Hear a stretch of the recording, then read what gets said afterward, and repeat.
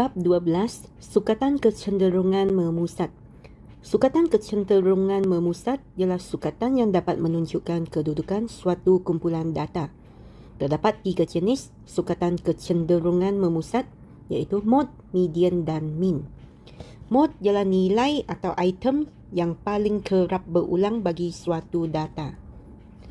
Sebagai contoh, untuk soalan A, nombor yang berulang paling banyak kali ialah nombor 4. Jadi modnya adalah sama dengan 4.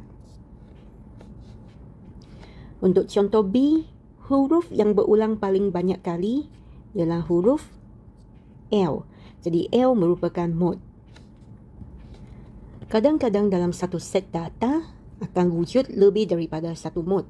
Contohnya, kopi dan teh mempunyai kekerapan yang paling tinggi, iaitu kopi wujud 3 kali dan teh pun ada 3 kali.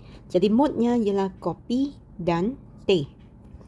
Manakala untuk data di soalan D tidak ada nombor yang berulang, maka untuk data ini tiada mod. Untuk data yang dalam jadual kekerapan, kita boleh tengok kekerapannya. Kekerapan yang paling tinggi, maksudnya data itu berulang paling banyak kali. Contohnya soalan A, paling ramai orang dapat grade C. Jadi modnya sama dengan C. Okey, yang ini kamu perlu perhatikan bahawa kekerapan mod ialah 6 dan mod adalah sama dengan C. Jangan tulis mod kamu sama dengan 6. Seterusnya kita tengok median. Median ialah nilai yang berada di tengah-tengah bagi satu data yang telah disusun. Sebagai contoh, data di bawah ialah wang saku bagi 5 orang murid ke sekolah setiap hari. Jadi untuk dapatkan median, kita mesti susun nombor dari paling kecil ke paling besar. Jadi nombor yang paling kecil 3. Okey, kita susun 3, 5, 5. Lepas tu 7 dan 8. Kita perlu tentukan data di tengah-tengah. Okay, kita boleh potong satu di depan, satu belakang. Jadi data yang tengah ini merupakan median. Jadi mediannya sama dengan 5. Contoh yang kedua bagi median. Okay, data di bawah menunjukkan bilangan gol pasukan Sekama dalam 10 perlawanan. Okay, jadi yang pertama kita mesti susun. Ini merupakan satu langkah yang paling penting. Kamu mesti susun data ini dari nombor yang paling kecil ke paling besar. Okey, selepas kamu susun nombor ini, kita potong pasangan nombor dari hujung kiri dan kanan. Satu di kiri, satu di kanan. Satu di kiri, satu di kanan. Okey, dan kamu dapati di tengah-tengahnya ada 2 nombor. Kalau ada 2 nombor di tengah, mediannya kita perlu tambah 2 nombor itu dan bahagi dengan 2. Jadi 2 tambah 4, 6. 6 bahagi 2, 3. Jadi mediannya adalah sama dengan 3. Seterusnya kita tengok bagaimana kita menentukan median dalam jadual kekerapan. Jadual menunjukkan masa yang diambil oleh 11 kumpulan murid untuk membina model roket dalam satu aktiviti sains. Maksud jadual ini ialah terdapat satu kumpulan dia telah menggunakan 10 minit sahaja untuk membina model roket. Terdapat 6 kumpulan yang mereka memerlukan 20 minit. Jadi 20 ini ada 6 kumpulan. Kita boleh tulis 6 kali 20. Lepas tu terdapat 3 kumpulan yang guna 30 minit untuk bina model. Jadi 30 berulang 3 kali dan terdapat satu kumpulan yang memerlukan 40 minit. Okey, apabila kita senaraikan ini, kita boleh cari median. Kita potong satu data di kiri dan satu di kanan. Satu kiri, satu kanan. Satu kiri, satu kanan sehingga kita dapat nombor di tengah-tengah. Jadi mediannya sama dengan 20. Selain daripada cara ini, terdapat satu cara lagi, iaitu kita tengok pada kedudukan keberapa, itu ialah median. Kita boleh kira dengan rumus ini. Okey, contoh ini, data ke berapa ialah median. Di sini ada 11 kumpulan. Jadi N-nya sama dengan 11. Okey, di sini kita kira data ke berapa merupakan median. Iaitu 11 tambah 1, 12 bahagi 2. Okey, data yang ke-6 merupakan median. Okey, maksud jadual ini, kita tengok balik. Yang 10 minit ada satu kumpulan. Ini merupakan data yang pertama. Okey, nombor pertama. Lepas tu 20 minit ada 6 kumpulan. Dan 20 ini, kalau kita susun di sini, dia mula dari data kedua hingga ke-7. Okey, dari 2 hingga 7 semua ni merupakan 20 minit. Dan untuk 30 dia mula dengan data ke-8. 8 hingga 10. Dan 40 merupakan data ke-11. Okey, bagaimana kita senaraikan ini? Kamu boleh buat beginilah. Ini data pertama. Lepas tu, selepas nombor yang pertama, nombor yang kedua. Okey, maka kita dapat 2 ini. Dan 7 ini kita dapat dengan begini. 1 tambah 6 dapat 7. Okey, selepas nombor 7 ialah nombor ke-8. Dan 8 hingga ke berapa? Okay, kita tambah 1 tambah 6 tambah 3 jadi 10. Selepas nombor ke-10 ini merupakan data yang ke-11.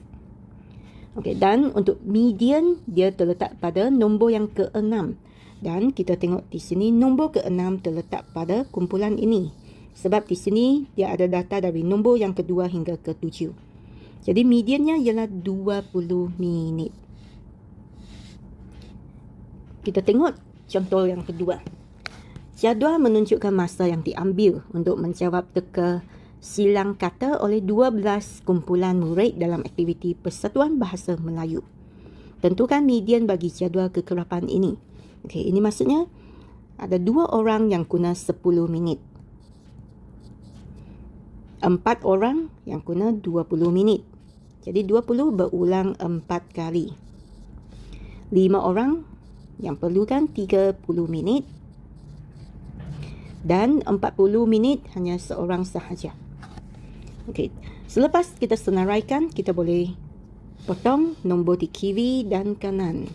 Sehingga kita dapat nombor di tengah-tengah. Okey, kalau kamu potong, habis. Okey, jadi yang ini merupakan nombor di tengah-tengah. Kalau ada 2 nombor, mediannya kita tambah nombor tersebut dan bahagi 2. 20 tambah 30, 50. Jadi 50 bahagi 2 dapat 25. Jadi mediannya sama dengan 25. Okey, kaedah yang kedua. Kita boleh kira data ke berapa merupakan median. Okey, data ke N tambah 1 bahagi 2. Jadi N di sini 12. Jadi 12 tambah 1 bahagi 2 ialah data ke 6,5. Okey, di mana letaknya data ke 6,5? Okey, jadi kita mula dari sini 2. Maksudnya data 1 dan 2 di sini. Okey, selepas data yang kedua, di sini akan mula data yang ketiga. 3 hingga berapa? Okey, tambah 2 tambah 4, 6. Jadi dari data 3 hingga 6 terletak di 20 minit. Selepas data ke-6, sini akan mula data ke-7. 7 hingga berapa? Okey, kita tambah lagi. 2 tambah 4 tambah 5. Jadi 11. Dan selepas nombor 11, yang ini merupakan nombor ke-12. Okey, jadi nombor ke-6,5 di mana? Okey, sini sampai nombor 6. Dan 7 akan mula di laju yang sebelah. Jadi nombor yang ke-6,5 terletak di tengah-tengah. Okey, bagaimana kita kira tengah-tengah ini? Kita ambil nombor ini. 20 tambah 30 bahagi dengan 2. Jadi sama dengan cara yang tadi. Mediannya kita akan dapat 25.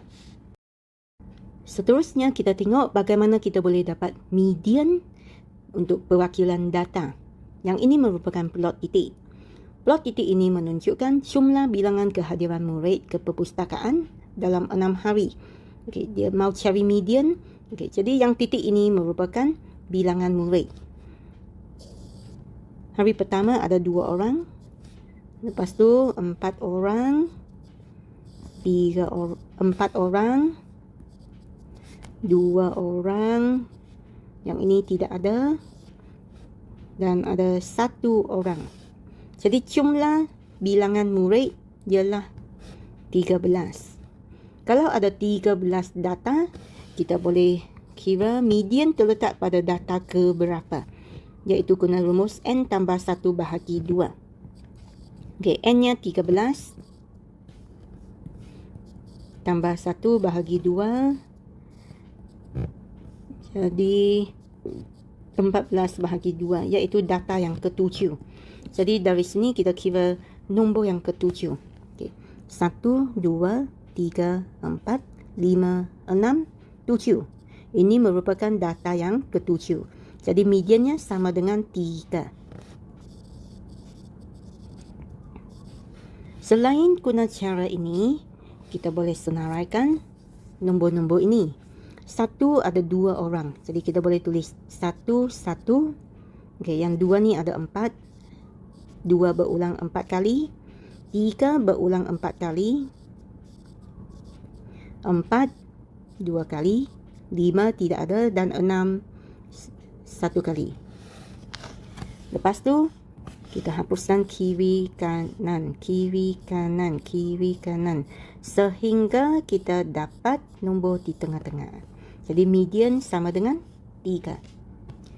Seterusnya kita tengok carta palang. Carta palang ini menunjukkan bilangan kupon makan yang telah dijual oleh guru kelas tingkatan 2S sempena hari co-curriculum. Hitungkan median. Okay. Carta palang ini maksudnya begini. Bilangan kupon yang dijual, okay, 1 kupon dijual, okay, kita tengok kekerapannya kepada 1 pelajar. Lepas tu, bilangan kupon 2, ada 3 kekerapan, maksudnya dia berulang 3 kali. 2 berulang 3 kali. Okay, bilangan kupon 3, kekerapannya 6. Maksudnya 3 ini berulang 6 kali. Dan bilangan kupon 4, kekerapannya 4. Jadi 4 berulang 4 kali. Dan 5 berulang 2 kali. Pas kita senaraikan nombor-nombor ini, kita cari median. Hapuskan satu nombor di kiri dan satu di kanan. Kiri, kanan, kiri, kanan, kiri, kanan. Sehingga kita dapat nombor yang tengah-tengah. Di sini ada 2 nombor di tengah-tengah. Jadi mediannya, kita tambah 2 nombor itu dan bahagi dengan 2.